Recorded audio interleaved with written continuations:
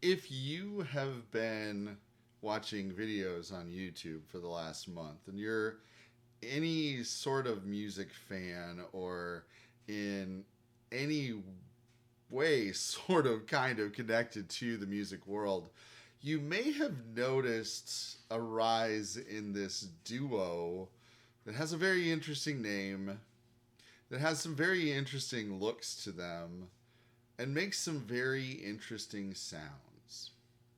And I'm not going to do a music teacher reacts to video because there's tons of guitarist, drum teacher, drum player, professional musician, professional whatever reacts to.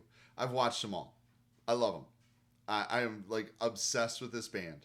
And I really hesitated for a long time with making this video because I'm like, what do I have to add to this?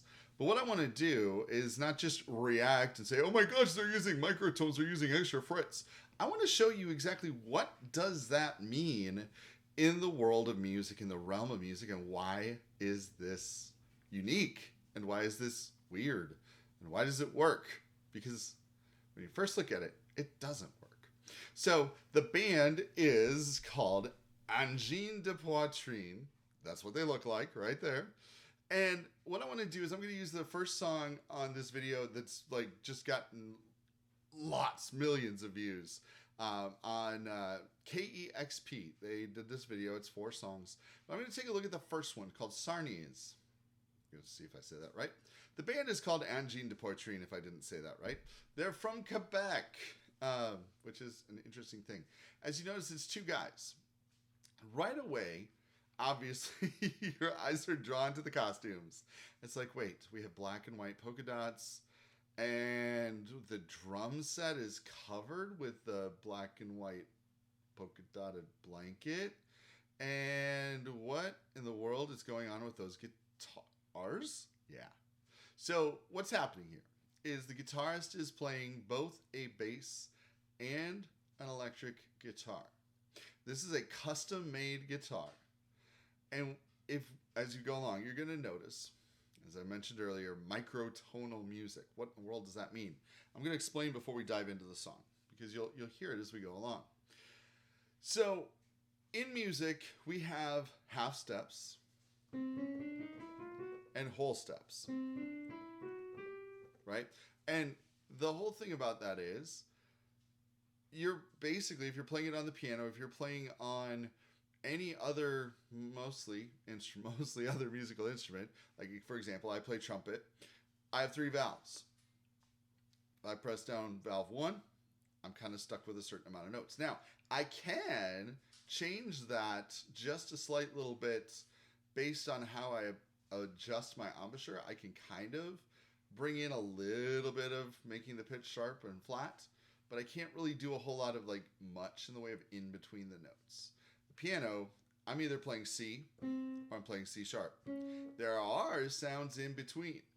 How do I know that? Well, because if I go down here, let's say between G and A, because I can sing that, G and A flat or G sharp, whatever you want to call it.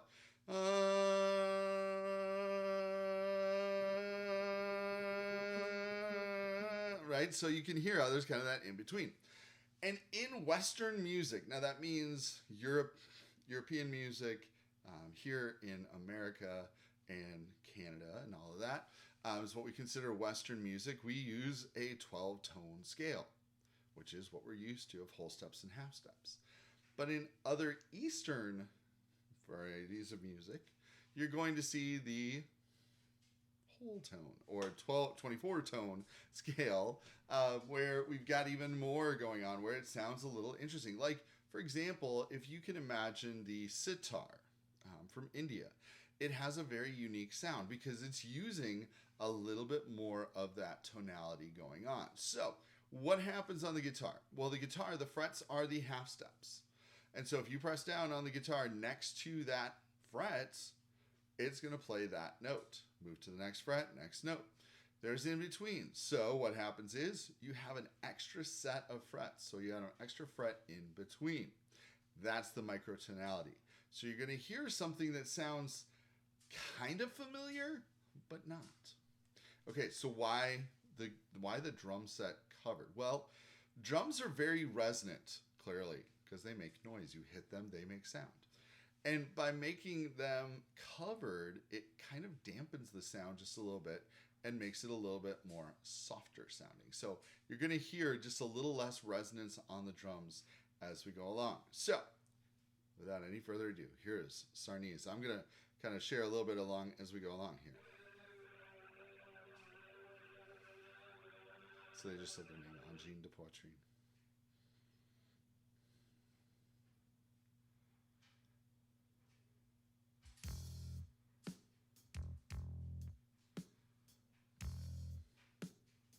There you get a good view of the frets. I'm pausing it right here because you'll notice, how is the drummer seeing? Yeah, it's the mouth. His eyes are in that mouth hole. Drumming isn't easy. I've tried. I do it very, very badly.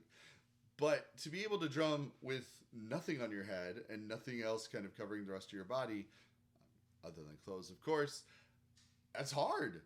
And so this is skill. Now, I will also say they both have to be following a click track, because now a click track is just basically a metronome keeping that beat, because to be able to watch and keep time, you have to be an amazingly, insanely good musician to do that. It's possible, but I'm believing that there's probably a click track that they're following. All right, let's continue.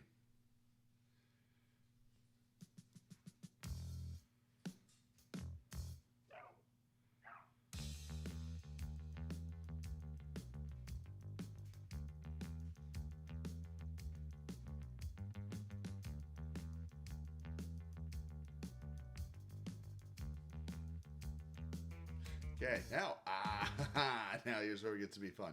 So you notice the bass line kept going, and he was playing on the electric guitar. One of the key things that happens here throughout this whole song, and throughout all of their songs, is the use of looping pedals. What happens is, it's a certain period of time that you can basically record and then play back and then play on top of that and loop and create layers. It's really a cool thing. We're going to get to more of that in a second.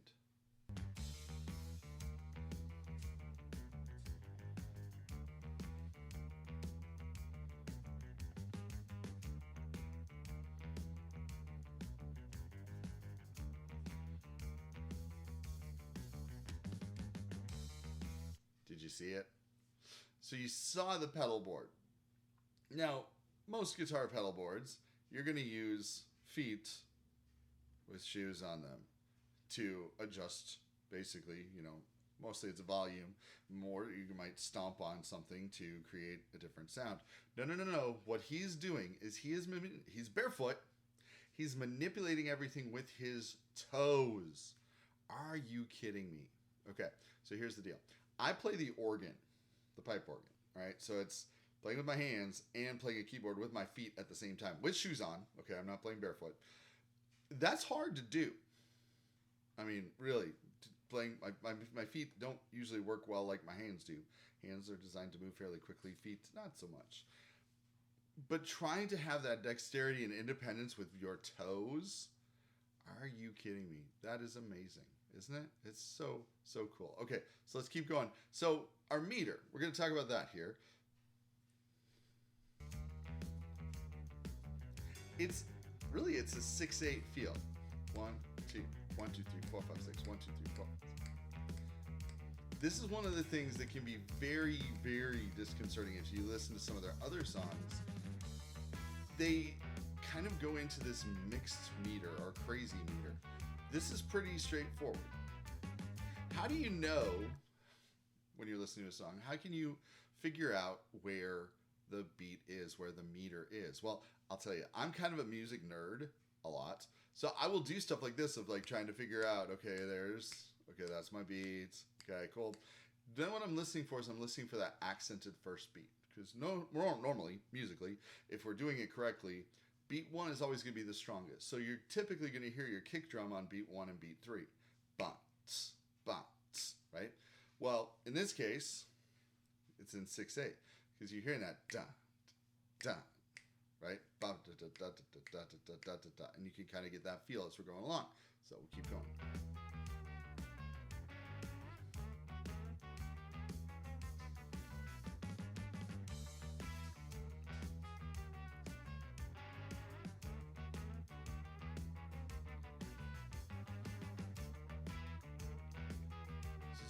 adding more and more layers as he's going along. All along, drummer's keeping steady. Now we're back to the bass.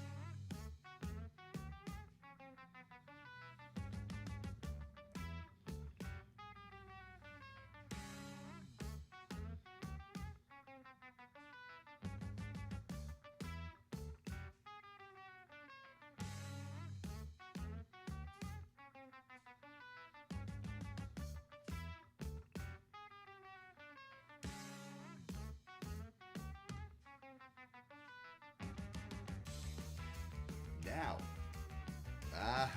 we've switched. Did you notice how it went from 6/8 to a 4/4? Bum, bum, bum, bum, bum, bum, bum. I'll let it play a little bit more so you can hear it.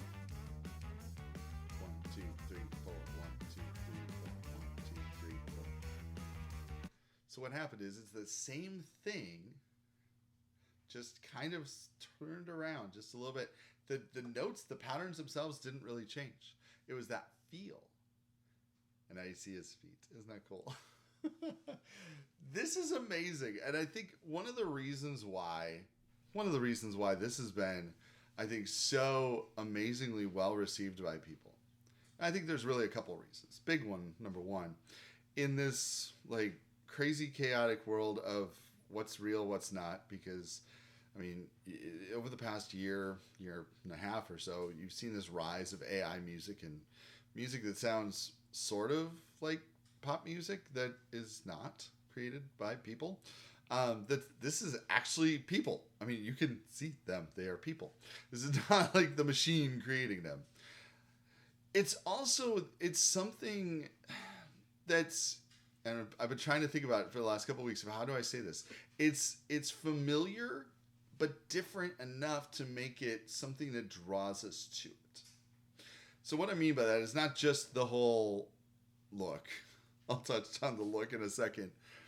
But the thing about the sound, it's got this rock groove to it. Like all these songs, and if you listen to, they also have music that's out. And I'll tell you, listening to it is a little bit different because the visuals really do help. It's kind of a weird thing. But listening to it and watching it and seeing it, it's got this really great groove and really rock feel to it, but it's different because it's those microtones and the strange meters, and they just look weird, all of that. But I want to touch on the look for a second. I think that's part of the whole thing, right? Because of course, at first, when you're looking at the first time I saw this, I went and watched it. I saw a Rick Beato video about it, where he talked about him, and I was like, what in the heck is this? So I went and watched the entire full KEXP video, and I was mesmerized. Because at first I was like, what is this? What are these guys doing? And then the more I actually listened to it and I dove into the music and I watched all the reaction videos of people reacting to it, I'm like, oh, this is good. This is good stuff. And it really is. I mean, I can't tell you how many times over the last couple of weeks this has been the stuff randomly going through my brain.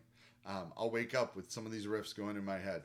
I'll go to bed, middle of the night, wake up. It's going through my head. It's stuck. And I'm not complaining about it. It's awesome. It's so creative. It's so unique. And I didn't think that I would appreciate Canadian music from some other form. They're like aliens. And it's crazy. And it's great. And I love it. And I want to hear more of it as much as I can. So this is the thing with Angine De Poitrine. It's music that is different sounding because it's incorporating those microtonalities, those half steps. It's also metrically interesting and creative of how it uses some of the different meters. It also uses this idea of layering. And Bach did this so well with his fugues. The idea of a fugue is he's taking one idea, introducing it in another voice at a different layer, and it all just kind of flows together and creates harmony. That's what this is. Not comparing Angine De Poitrine to Bach, but kind of. It's similar. It really is. Where it's using all these different layers to create this sound. This sound, where Bach's is more musical and beautiful, this is kind of a little bit more chaotic. I'll give you that. but it's got this uniqueness that every time I listen to it, even now, I will hear different layers and different things that I didn't quite pick out in the middle of all that chaos before. It's pretty cool. So, I encourage you, if you can, watch and listen to Angine De Poitrine. If you can only listen, just listen. But it's just amazing. Check out all of their other songs on the KEXP video. But definitely give them a look. And give a subscribe here to Harmony Music Education. I'm going to be trying to do more YouTube videos because it's kind of fun. And I like music. I like talking about music. And there's a lot of fun details that we can bring out in all kinds of music.